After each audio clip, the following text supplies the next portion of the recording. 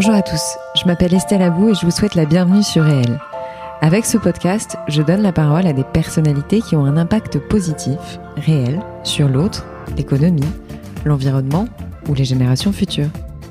Par leurs actions, leurs entreprises, leurs pensées, leurs œuvres ou leurs visions, ces hommes et ces femmes contribuent d'une manière ou d'une autre au monde de demain et à celui d'aujourd'hui. Si vous aimez le podcast et que vous voulez me soutenir dans ma démarche, la meilleure manière de le faire, c'est de vous abonner, de mettre 5 étoiles à l'épisode, de le commenter ou encore d'en parler autour de vous sur les réseaux sociaux et dans la vie réelle. Alors je vous souhaite une très bonne écoute et on y va. Lorsque j'ai divorcé, j'aurais rêvé de pouvoir écouter des personnes dans le même cas que moi. Je suis certaine que ça m'aurait aidé de ne pas compter uniquement sur mon entourage social, amical ou familial. Voilà pourquoi, presque 10 ans après mon divorce, j'ai eu envie de monter cette série de podcasts que j'ai appelée « Le divorce en réel ». Cet épisode est le premier d'une série qui s'intégrera à mon podcast initial. Et attention, même si vous n'avez jamais été marié ou si vous n'avez jamais divorcé, j'ai envie de dire que ça vous concerne aussi, voire même surtout. Pourquoi ? Eh bien pour plusieurs raisons. D'une part parce que le fait d'écouter des témoignages vous permettra peut-être de l'éviter tôt ou tard. Ensuite parce que le divorce est un phénomène de société et pourtant encore un peu tabou dans les médias ou du moins pas suffisamment vulgarisé à mon goût. Et enfin, même si le divorce est parfois synonyme de libération et de joie, il va souvent de pair avec une grande solitude, je parle en connaissance de cause. Voilà pourquoi j'espère que ces témoignages, parfois anonymes comme c'est le cas pour ce premier épisode, vous apporteront du réconfort peut-être, des clés, des réponses, des questionnements, des idées et je l'espère des solutions. Pour ce premier épisode du divorce en réel, je reçois donc Sophie qui a souhaité garder l'anonymat comme je vous l'ai dit plus haut. Et Sophie, elle nous raconte qu'elle a pris les devants par amour. Elle a tenu sa barque en se jurant de ne pas pleurer. Elle a pris la vague du tsunami plusieurs mois après la rupture.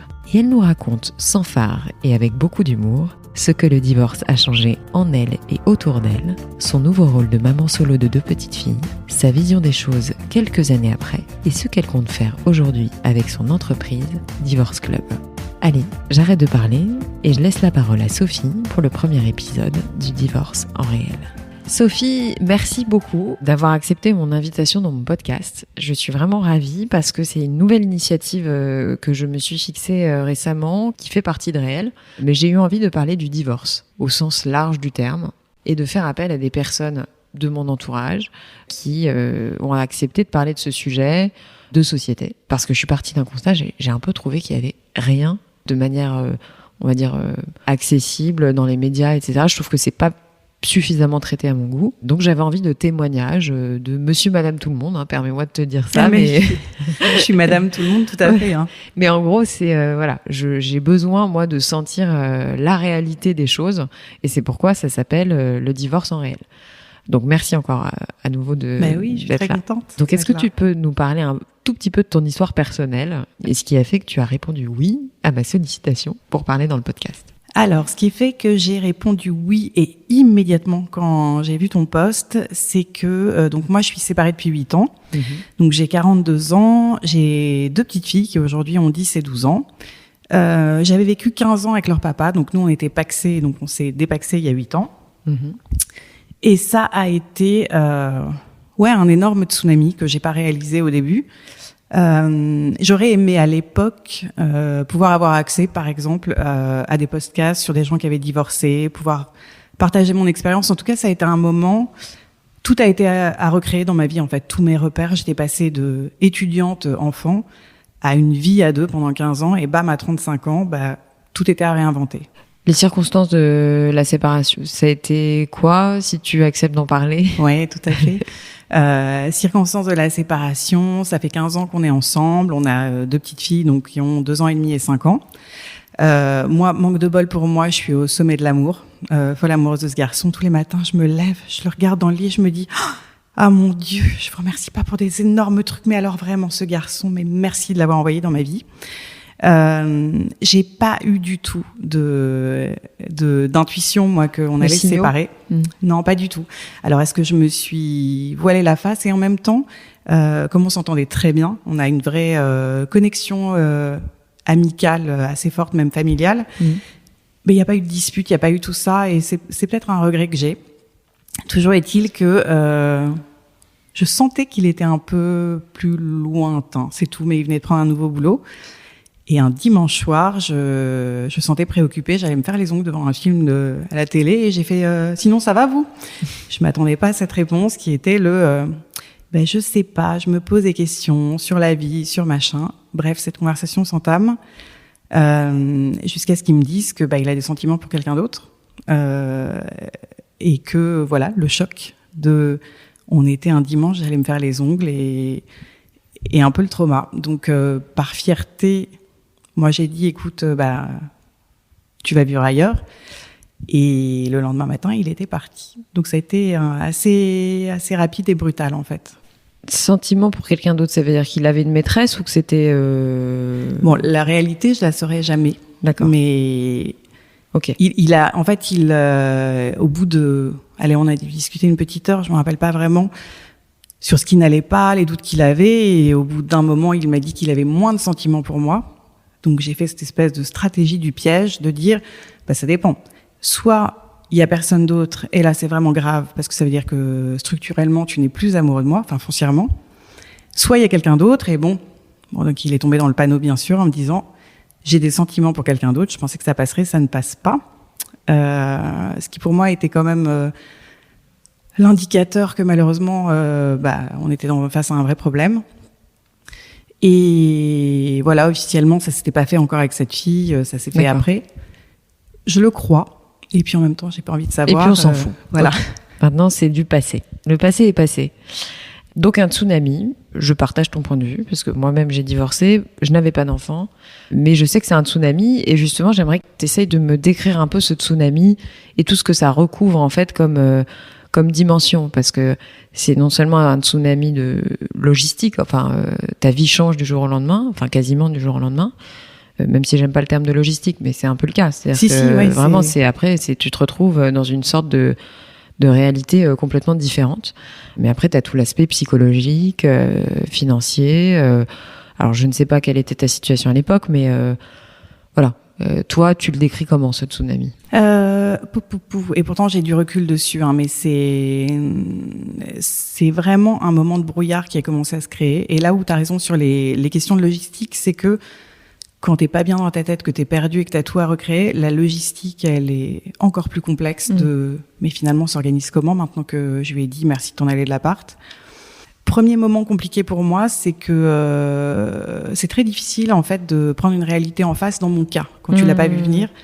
Donc le lendemain, j'ai pas pleuré. Je me suis dit, ça fait 15 ans, il est parti, voilà, on va s'en remettre.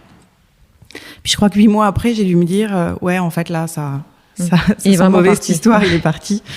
Mais bon, j'ai pas pleuré depuis 8 mois, je vais pas me mettre à pleurer maintenant. Donc ça a démarré comme ça en fait, sur un espèce de déni qui m'a qui a fait que j'ai pas vécu dans le bon sens, je pense, des étapes de tristesse, colère, etc. C'était un peu même pas mal.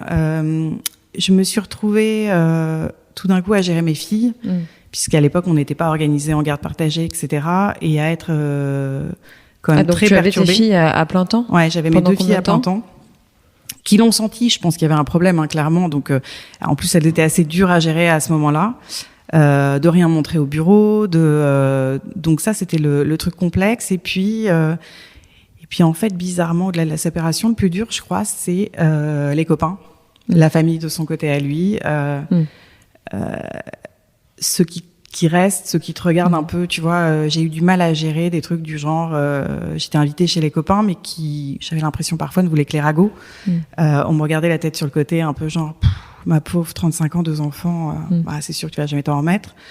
Cet appartement, qu'est-ce qu'on allait faire? Moi, je travaille dans un grand groupe de cosmétiques, je suis directrice marketing, et je suis honnêtement clairement bien lotie en termes de salaire, mais franchement, à Paris, avec 2 enfants, j'ai commencé à regarder un peu les annonces pour qu'on reste un peu dans le même quartier, et j'allais vivre dans un 50 mètres carrés, à dormir dans le salon avec mes 2 filles dans une chambre.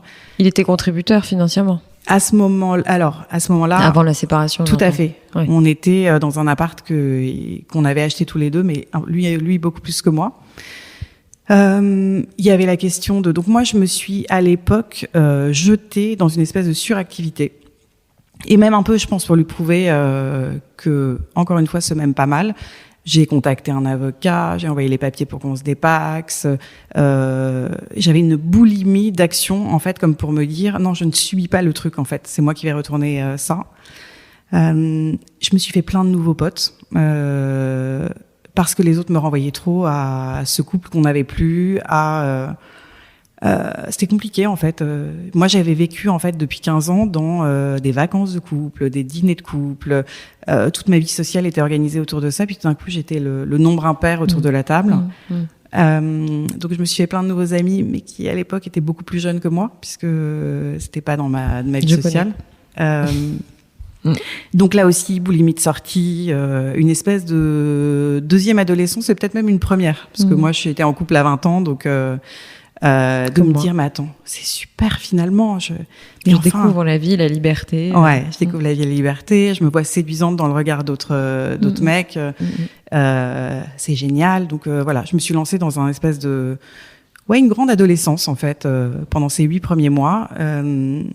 Et puis difficulté logistique. Écoute, je pense que vraiment j'ai fait un petit déni quoi. Je suis restée dans l'appartement. On n'a rien géré légalement tous les deux. Et puis voilà. Première étape, c'était un peu ça, le petit n'importe quoi adolescent du juste après. Est-ce que tu sens que c'est inévitable pour notre génération, parce qu'on a quasiment le même âge, de se séparer au bout de 15 ans? C'est une bonne question. Je sais pas si c'est inévitable. J'aurais aimé que ça ne le soit pas pour mon couple. Moi, je suis enfant de divorcé et ma maman s'est mariée 3 fois. J'ai jamais vécu avec mes parents, donc j'avais passé les 15 années avec le papa de mes filles qui lui vient d'un couple marié, très stable, à lui dire mais c'est obligé, statistiquement on va se séparer. Et je me rappelle d'ailleurs qu'avant de faire notre première fille, la question pour moi était de lui dire, la question c'est pas est-ce qu'on reste ensemble toute notre vie, est-ce qui lui le préoccupait. Je lui disais, est-ce que tu es capable d'être séparé de moi toute ta vie avec un enfant? Donc moi j'étais vraiment à me dire c'est inévitable. En vrai, je ne suis pas sûre. Je pense que c'était une façon de me protéger. Si ça m'arrive, en fait, je pense comme beaucoup de gens qui ont eu des parents divorcés, moi, je rêvais d'une histoire où on vieillisse tous les deux, où on voit nos enfants grandir. Maintenant, est-ce que c'est inévitable? J'aimerais pas. J'ai pas la réponse. Quand on s'est séparés, moi, au début, j'étais pas du tout en colère contre lui. Puis j'étais très amoureuse de lui et j'ai vraiment eu un côté de me dire. D'ailleurs, je lui ai dit. Et je lui disais, écoute, je t'en veux pas, on choisit pas d'aimer ou de pas aimer quelqu'un d'autre. Et franchement, je le pense, ça a dû être T'y crois à ça? Moi, j'y crois pas, c'est marrant. Moi, je crois quand même qu'il y a une... Honnêtement, moi, je sais pas. J'ai un peu l'impression que quand t'as des œillères en fait, non? Ah, je sais pas. Toi, t'aurais pu, vu que t'étais amoureuse de lui, t'aurais pu tomber amoureuse de quelqu'un d'autre, tu crois? Ouais, je crois. En fait, j'étais amoureuse de lui au moment où on s'est séparés. Et on avait traversé d'autres moments où... C'était moins fort quand même mon amour pour lui. Je pouvais avoir ce côté de se dire donc t'aimais être amoureuse en fait. T'aimais te dire que t'étais amoureuse, mais tu l'étais plus vraiment. C'est ça que tu veux dire? Si, je l'étais redevenue. Je sais pas comment sont la vie de couple des autres, mais en tout cas, j'ai l'impression que moi, il y a eu des cycles parfois et que lui ou moi étions plus amoureux à certains moments. Donc sans ne plus être amoureux du tout, mais parfois j'avais comme cette question de me dire, je vais avoir qu'une vie. Je m'étais mise avec lui à 20 ans et je me disais, c'est quoi en même temps d'être avec un conjoint qui a telle ou telle caractéristique que lui n'a pas. Voilà, je pense qu'au bout de 15 ans, en même temps... Avec le recul, tu peux te dire que c'est un mal pour un bien? Ou J'essaye de m'en persuader. Sur le coup, je m'étais dit oui. Je m'étais dit, c'est bien qu'il le fasse parce que moi, je ne l'aurais jamais quitté. Et je pense qu'il faut beaucoup de courage pour se séparer de quelqu'un. Je l'ai pas fait, mais honnêtement, lui qui vient d'une famille assez stable dans le modèle familial, je pense que ça a été très courageux de dire, je quitte Sophie, les filles, etc. J'essaye de me persuader. Si J'essaye de me persuader que c'est un mal pour un bien et que ça m'a permis à moi de recréer une vie, de me connaître, de me renforcer, parce que je me suis trouvée face à des problématiques. Moi, j'étais jamais seule, et tout d'un coup, je me suis retrouvée seule tout le temps. Parfois, j'ai passé des week-ends de pont de 4 jours où tout le monde avait déserté Paris et où je n'avais parlé qu'à la dame du Franprix, des trucs où au début, c'était vraiment, je me sentais seule au monde. J'avais l'impression que personne était aussi malheureux et abandonné que moi, parce que les potes, en fait, dans mon cas, sont partis. Ceux de la vie d'avant. Ils suivent le mec. Hein. Petite analyse rétrospective, en général, ils suivent le mec. Et bizarrement. Ils ont beaucoup suivi le mec, et je pense qu'il y en a aussi que je n'ai plus voulu voir. Parce que tu les assimilais. Souvenir de cette vie passée où il fallait que je redémarre.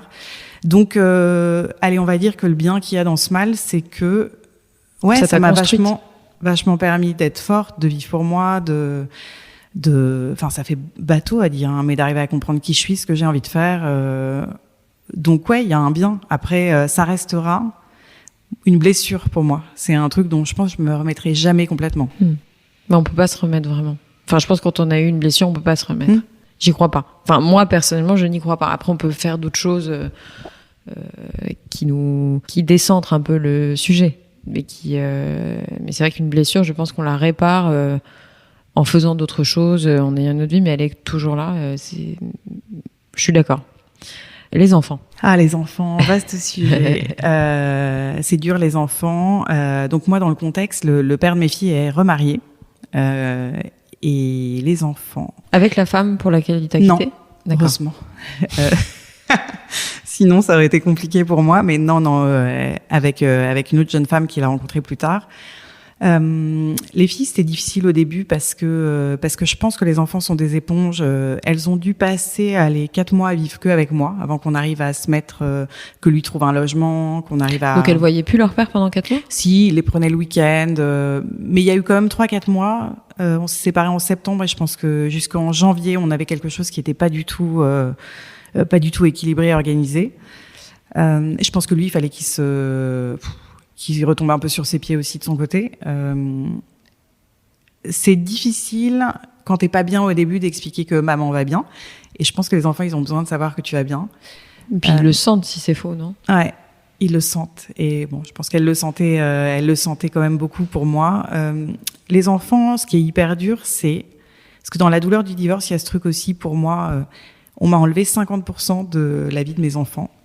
Et avant, tu vois, quand je pouvais faire garder mes filles par ma mère ou un truc comme ça, c'était génial. Je pouvais aller fumer des clopes au resto, etc. Et là, tout d'un coup, c'était un vide énorme de se dire, un Noël sur 2, depuis, je les ai plus. On t'en prive et c'est pas toi qui décides de t'en séparer, entre guillemets. Ouais, ça, c'est une grosse douleur. Et dans le même temps, il faut que je sois honnête. Nous, on a fait un système de garde partagée assez vite, donc au bout de 4 mois. J'étais pas du tout d'accord. Moi, j'ai la chance d'avoir le papa de mes filles qui veut absolument les avoir la moitié du temps, qui est vraiment très proche de ses enfants, alors que j'arrêtais pas de lui dire, écoute, je pense qu'elles sont petites, elles ont besoin d'être avec moi, puis justement, t'as un nouveau couple, vis ta vie, vole petit oiseau, un peu. Et en fait, c'était quand même une grande chance parce que ça m'a permis d'avoir du temps pour moi, pour me remettre, pour essayer de reconstruire une vie de femme, donc c'est cette espèce d'ambiguïté de tout d'un coup, t'as 15 ans, 1 semaine sur 2, et 1 semaine sur 2, t'es maman. Ça fait longtemps maintenant, puisque du coup, elles ont 10 et 12 ans, donc on n'a plus du tout le même rapport sur cette séparation. Maintenant, je gère les questions de papa se remarie, est-ce que papa va avoir d'autres enfants, avec le challenge pour moi que faut pas que je dise du mal de la belle-mère. Et en même temps, bien évidemment que j'ai envie que mes filles l'aiment moins que moi, qu'elles soient pas cool, etc. Donc là, je navigue un peu sur ce côté. Alors, je crois que c'est pas possible qu'elle l'aime plus que toi, tu vois. Mais bon. Après, je sais pas. Mais en tout cas, le sujet aussi que je voulais aborder, c'est est-ce que tu penses que dans cette séparation, tes enfants t'ont permis de t'en sortir? Et sans enfants, t'aurais été plus ou moins mal? Non, j'aurais été plus mal. Je le saurais jamais puisque je l'ai pas vécu, mais en fait, un enfant, ça te permet aussi, excuse-moi, je te coupe 2 secondes, mais... Non, mais vas-y. Pour l'avoir vécu, j'ai sombré alors que c'est moi qui ai pris la décision de partir. Mais c'est vrai que j'ai vraiment eu le sentiment de sombrer et je me suis posé la question, c'est à double tranchant, si t'avais eu des enfants, si tu n'en avais pas eu. Moi, j'avoue que je suis partie avant d'en faire. Parce que je m'étais dit, si ça continue, ça va sauter à un moment ou à un autre et j'aurai des enfants et je ne serai pas capable de gérer la situation avec des enfants. Franchement, je ne me sentais pas capable. Donc vraiment, d'abord, j'ai une grande admiration des femmes qui arrivent à survivre, parce que c'est vraiment ça, c'est de la survie presque, avec des enfants, tu vois. Et en même temps, je me suis dit, mais si j'avais eu des enfants, j'aurais pas eu le choix. Tu vois ce que je veux dire, que de m'en sortir et de pas sombrer. En tout cas, moi, par bien des aspects, même si je me suis foutue dans le boulot, parce que je considérais que c'était ça qui allait me permettre d'aller mieux, etc. Psychologiquement, j'étais complètement... ça n'allait pas du tout. Et je me pose encore cette question, c'est voilà, est-ce que les enfants, c'est pas aussi, comme tu dis, il faut faire bonne figure, faut essayer de faire en sorte de garder un rythme, parce qu'elles ont un rythme, enfin, tes filles ont un rythme scolaire, etc. Donc, est-ce que ce cadre-là, finalement, de l'enfant, permet pas, tu vois, de tenir, quoi, entre guillemets? Alors, je pense énormément. J'ai pas vécu l'autre version, donc ça, je saurais jamais, mais énormément pour plein de trucs. Le premier, c'est, honnêtement, c'est 2 boules d'amour. Et quand tu disais, je pense pas qu'elle puisse aimer quelqu'un de plus que toi, mais les enfants, c'est ça qui est génial. Ils sont absolument subjectifs sur toi. T'es leur mère, donc t'es génial. Ils en voudraient pas une autre. Ils ont jamais testé autre chose. Donc, c'est ça qui est top. Donc, bien évidemment qu'une semaine sur 2, récupérer mes filles, c'était fou. Moi, j'ai choisi, et c'est pas forcément bien, mais j'ai pas choisi, je sais pas faire autrement, de leur raconter tout. Donc, j'ai été hyper transparente sur maman est triste, papa est parti, maman avait pas décidé, là, maman, elle a un petit coup de mou. L'idée étant aussi de leur expliquer que, c'était pas à cause d'elle. Alors, ça fait jeune, hein, ça fait 2 ans et demi, 5 ans, mais ça a duré longtemps, moi, pour m'en remettre. Donc, elles ont grandi un peu avec... Mais ça dure toujours longtemps. Moi, je n'y crois pas aux gens qui s'en remettent. Sinon, c'est... Sinon, c'est admirable. Mais moi, j'ai mis longtemps et je leur raconte beaucoup ça. Donc ça m'a énormément aidée. Ça m'a aidée aussi sur un sujet. Je raconte que j'ai été hyper seule et moi, j'ai eu un énorme sentiment de solitude. Alors qu'en fait, une semaine sur 2, j'ai une famille à vie. Elles sont obligées de partir en vacances avec moi. Ça, c'est génial. Là, je compte les années où je me dis, oh mon Dieu, elles ont 10 et 12 ans d'ici... 5-6 ans, elles vont plus vouloir partir en vacances avec moi, avec qui je vais partir. Mais non, mais c'est une famille. Et puis ça donne un sens à ce qui s'est passé avant. Pour moi, ça en a donné un, c'est-à-dire. C'est une preuve de l'amour. Enfin, exactement. Ouais. C'est une preuve de l'amour qu'il y a eu et du fait que c'est une famille. Et puis après sur des trucs débiles, mais. J'ai une copine qui m'avait dit ça, qui avait 35 comme moi et pas d'enfant, et qui m'avait dit, écoute. Tu te rends compte, t'as 2 gosses, quoi. T'as 2 gosses, ça fait 15 ans que t'as construit quelque chose. Tu vis au pays des bisounours en plus, avec ton mec, tes enfants. Nous, ça fait 15 ans qu'on galère sur des apps de rencontres sans enfants. Bon, allez, chacun son tour. Et ça m'avait fait beaucoup sourire ce truc. Et moi, j'ai 2 filles, donc maintenant, il peut se passer n'importe quoi. Elles sont là toute ma vie et puis je les adore, oui. Divorce Club. On va y venir parce qu'il faut quand même revenir au sujet. Donc, toi comme moi, on a fait le constat qu'il n'y avait pas grand-chose à part un relais juridique, un relais psychologique, on va dire, en allant voir un psy ou un psychiatre ou je ne sais quoi d'ailleurs. Il y a peut-être un relais social parce que dans ton tissu amical ou social ou par le travail, effectivement, tu as des aides, entre guillemets.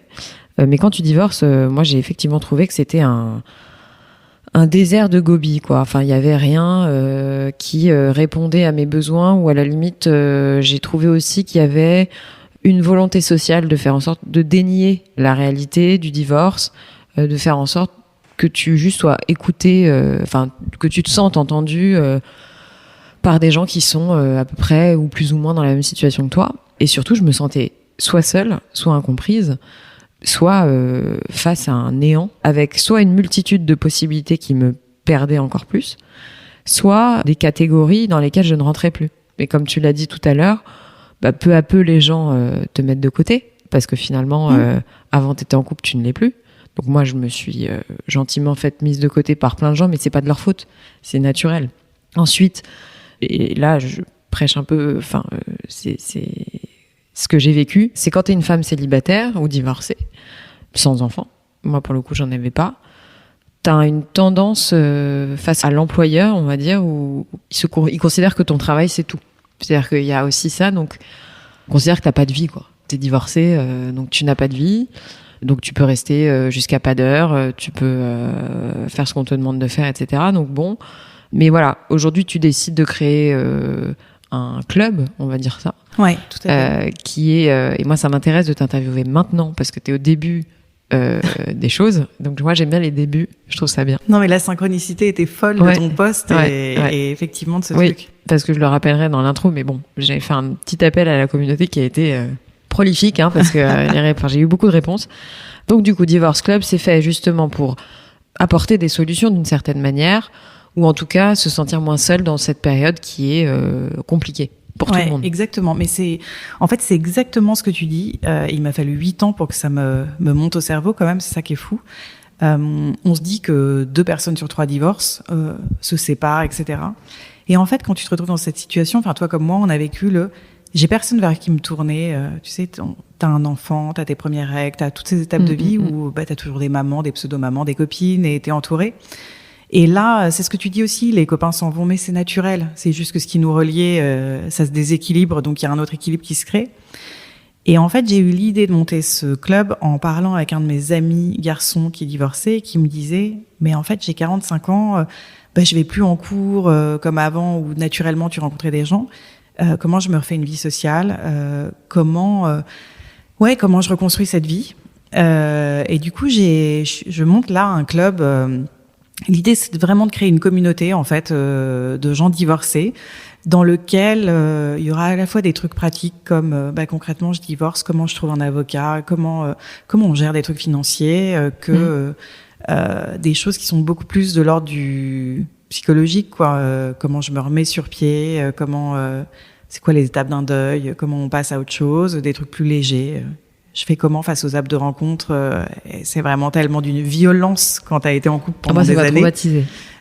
Moi, d'ailleurs, j'ai jamais été parce que ça me faisait peur. Ouais, je comprends. Je trouve que c'est d'une violence pour ma génération, en tout cas, où on n'a pas grandi avec. Et donc, quand t'as été dans le cocon d'un couple, t'as pas les codes. Enfin, c'est de la folie, quoi. T'es un peu mimicicu, quoi, quand t'arrives sur ce truc-là.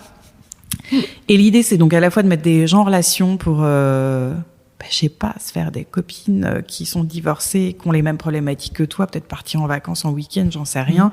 Te filer des coups de main aussi, peut-être. Exactement. Avoir des intervenants qui vont aider donc sur des sujets concrets, de c'est quoi mes droits, comment je fais pour faire tel et tel truc, et puis plein de lives, de conférences pour s'auto-coacher dans la communauté, qui peut aller autant de j'ai un nouveau chéri, est-ce que je le présente à mes enfants, que j'ai divorcé, j'ai pas d'enfants, comment je fais pour aller faire peut-être congeler mes ovocytes, est-ce que je le fais, est-ce que éthiquement ça me plaît, enfin en fait l'idée c'est de balayer plein de sujets comme ça ensemble, et c'est de créer la communauté, le club que moi j'aurais tellement aimé avoir à l'époque, quoi. Et je te dis, il m'a fallu 8 ans pour que je me dise mais enfin bien sûr il faut qu'on se mette en relation, et que tu te retrouves pas seul sur le carreau avec toutes ces questions à gérer, quoi. Mais c'est génial de le faire maintenant, d'autant plus parce que tu as du recul. Donc, vu que tu as 8 ans qui se sont écoulés depuis ta séparation, je pense que c'est ça qui va créer l'enrichissement de ta communauté. Mais techniquement parlant, tu as un planning dans la tête, tu sais à peu près, ou tu sais pas encore dans quel ordre tu vas faire les choses. Techniquement parlant, on est un peu au début. Quand je parlais de synchronicité là l'autre fois, c'est que je venais d'ouvrir un Insta pour déjà créer la communauté des divorcés, parce que honnêtement ils sont éparpillés partout, mais je trouve pas d'endroit où les rassembler. Donc je venais d'ouvrir le compte, je pense 4 jours avant, quand tu avais lancé l'appel. Ouais, c'est drôle.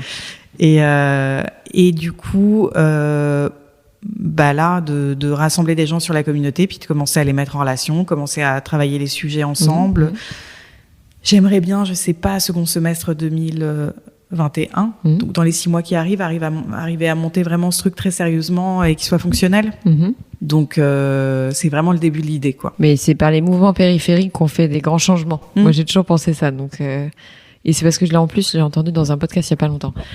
Juste avant parce que le temps passe vite. Le temps passe très vite. En même temps, on pourrait faire 2 épisodes, parce que c'est un sujet, c'est un puissant fond. Donc, honnêtement, tu reviens quand tu veux en parler. Mais pour rester quand même sur on va dire une note positive. Selon toi, qu'est-ce qui t'a aidé le plus pendant cette période?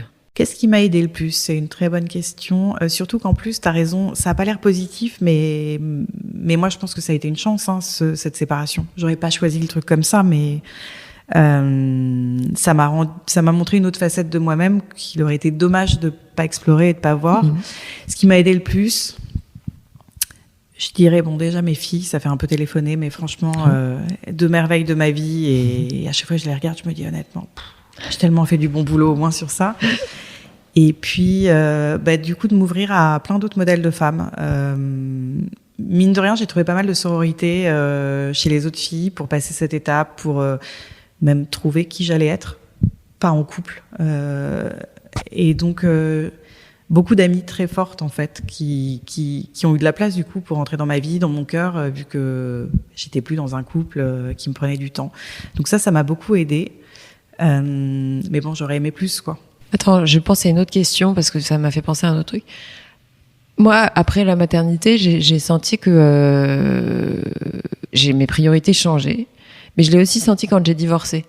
C'est-à-dire que est-ce que tu penses que les choix professionnels qu'on fait sont impactés par un divorce ou pas ? Non, mais tellement. C'est une partie d'ailleurs dans le club que je voudrais développer. Une partie pour aider les femmes. En fait, je sais pas si c'est bien ou pas, mais moi, quand j'étais ado, c'était pas si important ce que je faisais. C'était de l'achievement personnel. Oui. Mais j'étais pas seule à avoir le truc sur les épaules, dans mon couple en tout cas. Quand je me suis retrouvée toute seule, parce que pour plein de raisons, il y a pas vraiment de pension. Enfin, le truc est pas très organisé dans mon cas. Tout d'un coup, j'ai eu un sentiment que j'étais mère célibataire avec 2 enfants, que tout devenait grave. Et en fait, avec comme plein de nanas, et encore une fois, je suis désolée pour ce stéréotype, mais avec un espèce de syndrome de l'imposteur, que moi, je peux pas avoir un boulot de boss, que je peux pas gérer le truc de la même façon. Et ouais, ça c'est dur, ça change.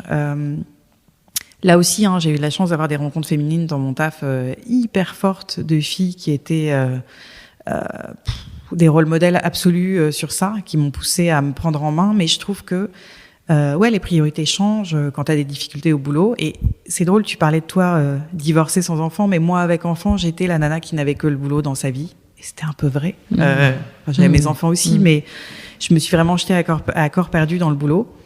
Et tout change quand tu te couches le soir. Moi, depuis 8 ans, et ça m'était pas arrivé avant, parfois quand j'ai un problème au taf ou un problème un peu compliqué, je suis toute seule pour gérer les trucs. Ça génère aussi une très grande fierté. Déjà parce que ça m'a permis de sortir un peu de ma zone de confort et d'aller demander des augmentes, de réclamer des trucs avec un peu plus de foi dans le truc. Mais de hargne aussi quand même. Ouais. Hein, mais t'es obligé. Et après, t'es fière, et tout ça. Et puis, une fierté de me dire que tout ce que je fais maintenant, c'est moi qui le construis. C'est plus compliqué. Parce que, oui, il faut être maman, papa, sympa, stressé, beaucoup travailler, avoir du temps. Enfin, tout ça est un truc avec lequel tu jongles. Mais il y a une de mes collègues qui m'avait dit un truc quand j'ai eu un enfant et qui s'applique pour le divorce. En tout cas, j'y pense souvent. Quand j'ai eu ma première fille, elle m'a dit, écoute, dis-toi un truc, tu seras décevante. Tu seras décevante pour ton mec parce que tu n'auras pas le temps, pour tes enfants parce que tu vas te retravailler, au boulot parce que tu vas partir tôt et que machin, pour tes amis parce que tu les verras plus, parce que tu... Bref, souvent j'y pense en fait. Ce truc-là, ça m'a souvent aidée. Et là, divorcée avec les filles, oui, j'ai mon job à gérer, j'ai plein de trucs. Je me dis, allez, c'est pas grave, je fais juste... Ça m'aide beaucoup en fait à relativiser en tout cas. Pour finir, t'es pour ou t'es contre le mariage maintenant ? Alors, je m'étais jamais mariée. J'étais contre parce que j'avais très peur du divorce, je pense. Et aussi bête que ce soit, je crois que j'ai envie de me marier la prochaine fois. Pour y croire. Et puis parce que souhaite. J'ai envie. Je te le souhaite de tout cœur. Merci beaucoup, Sophie. Merci, et peut-être à bientôt pour un autre épisode. Oui. Ciao. Ciao.